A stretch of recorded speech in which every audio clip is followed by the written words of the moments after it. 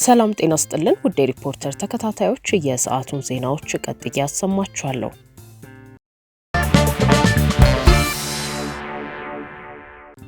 ኢትዮጵያ ለሶማሊላንድ የኤሌክትሪክ ኃይል ለማቅረብ መሰረት ይሆንኛል ያለችውን የደጋሃቡር ቀብሪ ዳሃር የኤሌክትሪክ ኃይል ማስተላለፊያ መስመር ፕሮጀክት የእንግሊዝ መንግስት ፋይናንስ ለማድረግ ተስማማ።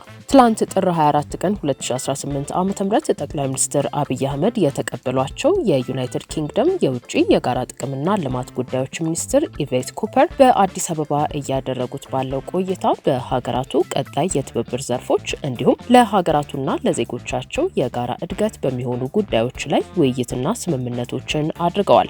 በዛሬው ዕለትም የተለያዩ የትብብር ስምምነቶችን የተፈራረሙ ሲሆን ከተፈረሙት ስምምነቶች መካከል አንዱና ዋነኛው ሁለት ከፍተኛ የኤሌክትሪክ ኃይል ማስተላለፊያ መስመሮች ዝርጋታን የተመለከተ ነው።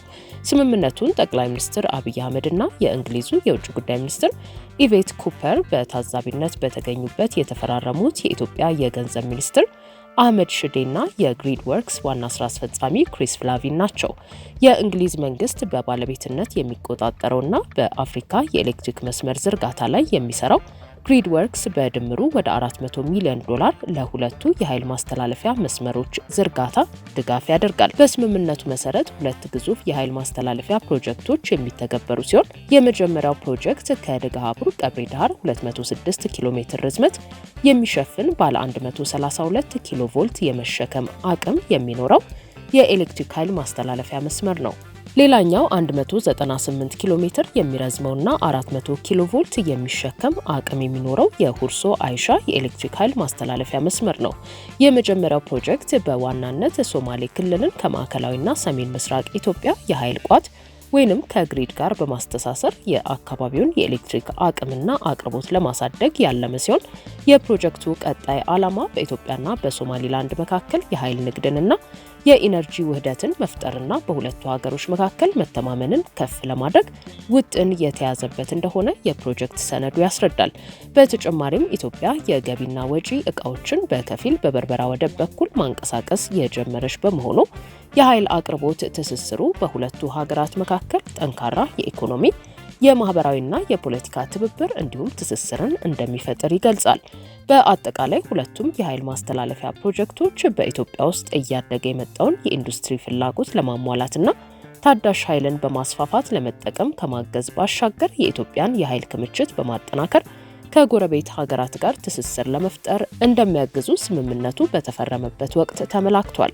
የአይሻ ቁጥር 2 የንፋስ ኃይል ማመንጫ ፕሮጀክት የመጀመሪያ ምዕራፍ ግንባታ ከትላንት በስቲያ በተመረቀበት ወቅት የኢትዮጵያ ኤሌክትሪክ ኃይል ዋና ስራ አስፈጻሚ ኢንጂነር አሸብር ባልቻ እንደገለጹት ባለፉት 7 ዓመታት እንደ ሀገር የነበረውን 4000 ሜጋዋት ከእጥፍ በላይ በማሳደግ ከ9700 ሜጋዋት በላይ ማድረስ ተችሏል። የአይሻ ቁጥር 2 የንፋስ ኃይል ማመንጫ ፕሮጀክት የመጀመሪያ ምዕራፍ ግንባታ መጠናቀቅ እንደ ሀገር የአፍሪካ የታዳሽ ኃይል ማዕከል በመሆን ቀጠናውን በኤሌክትሪክ ለማስተሳሰር የተያዘውን ግብ አመላካሽ መሆኑን በመግለጽም በመንግስትና በግል አጋርነት 300 ሜጋዋት ለማመንጨት ውል ተፈርሞ ለግንባታ ዝግጅት እየተደረገ መሆኑንም አብራርተው ነበር።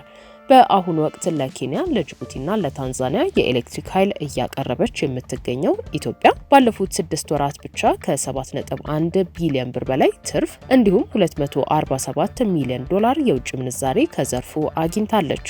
ዋና ስራ አስፈጻሚው እንደተናገሩት በቀጣይ ከደቡብ ሱዳንና ከሶማሊያ ጋር የኃይል ትስስር ለመፍጠር እየተሰራ ነው።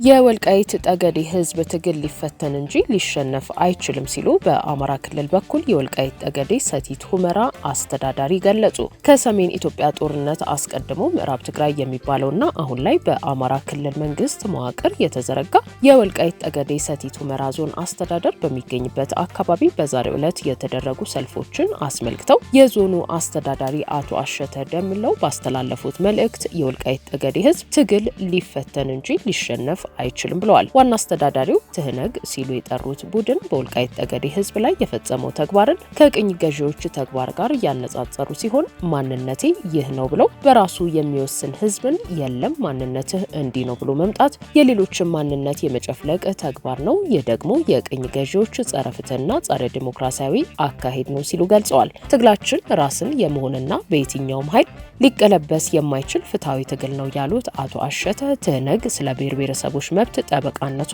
አበክሮ እየተናገረ በተግባር ግን የወልቃይት ጠገዴ ህዝብን የማንነት ትግል ሲደፈጥጥ የኖረ ድርጅት ነው በማለት ከሰዋል። አክለውም ትህነግ በቃል ደረጃ ስለ ፍትህና ዲሞክራሲ እየዘመረ በተግባር ግን ጸረ ፍትህ የነበረ ድርጅት ነው ብለው ከስልጣን ማማ የወደቀውን በዚህ ግፈኛ አካሄድ ምክንያት ነው በማለት ተችተዋል። የወልቃይት ጠገዴ ህዝብ ትግል ፍጹም ፍትሃዊ፣ ህጋዊና የእውነት ትግል ነው። ትግሉ የትውልዶችን ቅብብሎሽ የታጠቀ ትግልም ነው። የትውልዶች ትግል በመሆኑም ሊፈተን እንጂ ሊሸነፍ አይችልም አልቻለምም የሚሉት የዞኑ አስተዳዳሪ የህዝቡን ትግል ለህብረ ብሔራዊ አንድነት፣ ፍትህና እኩልነት መረጋገጥ የቆሙ ኢትዮጵያውያን ሁሉ ሊደግፉት የሚገባ ነው ብለዋል።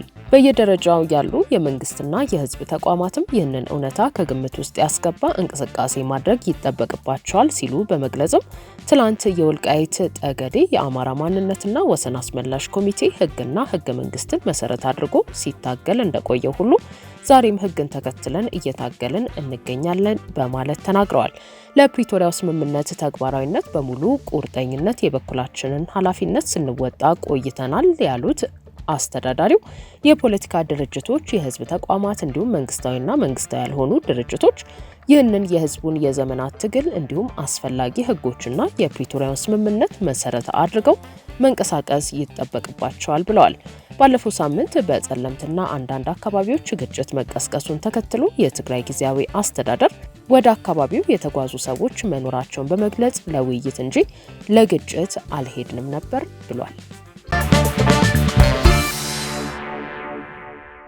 ብሔራዊ ባንክ የ70 ሚሊዮን ዶላር የውጭ ምንዛሪ ጨረታ ነገ ሊያካሂድ ነው። የኢትዮጵያ ብሔራዊ ባንክ የዋጋ ንረትን ለመቆጣጠርና የውጭ ምንዛሪ ገበያውን ለማረጋጋት በጀመረው መደበኛ መርሃ ግብር መሰረት ነገ ማክሰኞ ጥር 27 ቀን 2018 ዓ.ም 17ኛውን ዙር የውጭ ምንዛሪ ጨረታ እንደሚያካሂድ አስታውቋል። በዚህ የጨረታ መርሃ ግብር ባንኩ 70 ሚሊዮን የአሜሪካ ዶላር ለጨረታ ያቀረበ ሲሆን ፍላጎት ያላቸው የንግድ ባንኮች በወጣው መመሪያ መሰረት መሳተፍ እንደሚችሉ ተገልጿል። ባንኩ ይህንን በየ2 ሳምንቱ የሚካሄድ የውጭ ምንዛሪ ሽያጭ የሚያከናውነው በሀገሪቱ ያለውን የውጭ ምንዛሬ አቅርቦትና ፍላጎት ለማመጣጠን እንዲሁም የውጭ ምንዛሬ ተመን መረጋጋትን ለማረጋገጥ መሆኑን መግለጹ ይታወሳል። የትግራይ ከፍተኛ ፍርድ ቤት የ17 ወራት ውዝፍ የመምህራን ደሞዝ ክፍያ ተፈጻሚ እንዲሆን ትዕዛዝ ቢሰጥም ባለመፈጸሙ ለየካቲት 18 ቀን ተለዋጭ ቀጠሮ ሰጠ። የትግራይ መምህራን ማህበር የ17 ወራት ውዝፍ ደሞዝ እንዲከፈል የክልሉ ከፍተኛ ፍርድ ቤት ሚያዝያ 3 ቀን 2018 ዓ.ም የሰጠው ትዕዛዝ ተፈጻሚ ባለመደረጉ በዛሬው ዕለት አፈጻጸምን የተመለከተ ክስ ማቅረቡን ጠበቃቸው አቶ ዳዊት ገብረ ሚካኤል ተናግረዋል።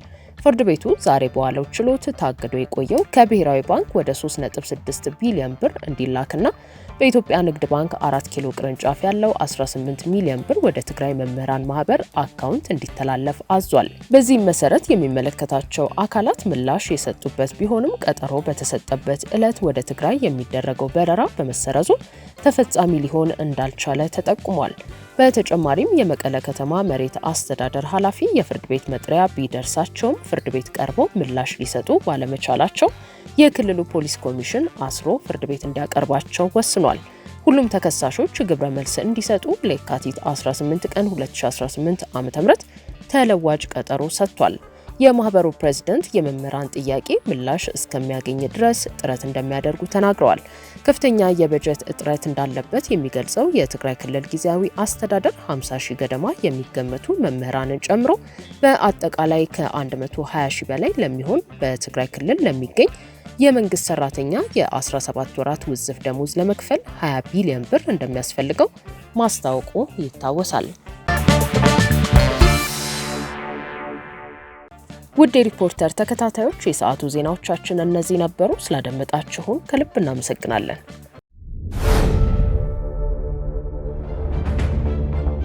ገጠሩን ከከተሜው ማስተሳሰር የቻሉ ግንባታዎች ለመዲናችን አዲስ አበባ የውበት ግርማን ያላበሱ ሪል ስቴቶች ዓለም የደረሰበትን የኪነ ህንጻ ጥበብ ያገናዘቡ ቅንጡ ሆቴሎች ምቹ የአረጋውያን መጠለያና መጦሪያ ማዕከል የሴቶች ቤተ ውበትና ዘመናዊ የልብስ ማጠቢያ ማሽኖች በለጋ ዕድሜ ተወጥነው ፍሬ ያፈሩ የሀገር ልጅ ሀብት ናቸው።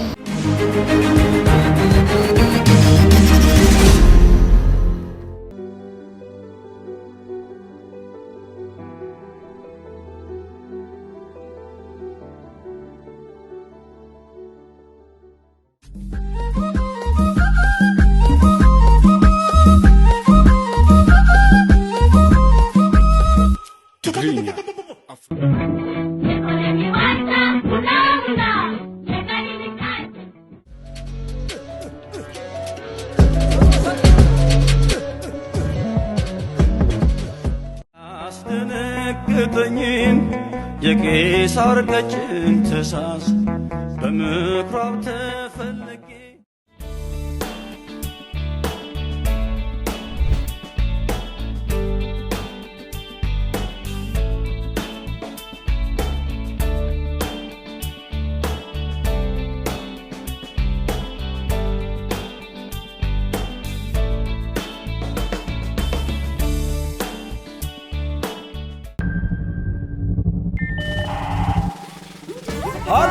ሃሎ ክብራትና ክብራን ይህ የዳሸን እድል ነው። እስከ 30 ሚሊዮን ብር የሚገመት ሽልማቶችን በውስጡ ይዟል።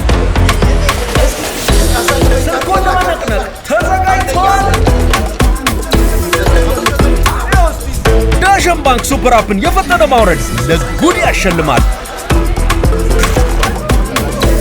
የተለያዩ ክፍያዎችን ሲፈጽሙ፣ ገንዘብ ሲልኩ፣ ሲቀበሉ፣ የነዳጅ ክፍያውን ሲከፍሉና በዳሽን ገበያ እየተገበያዩ ግብይቶን አጧጥፎ ኮይኖችን በመሰብሰብ ወደ ቀጣይ አጓጊ ሽልማቶች ከፍ ይበሉ። የዳሽንን ዕጣ ስልኮን በመነቅነቅ ብቻ እድሎን ይሞክሩ። ብዛት ያላቸው ስማርት ስልኮች ከ100 ብር ጀምሮ የ25፣ የ50ና የ100,000 ብር ሽልማቶች እንዲሁም የ2025 BYD ሴጉል መኪና ስልኮን በመነቅነቅ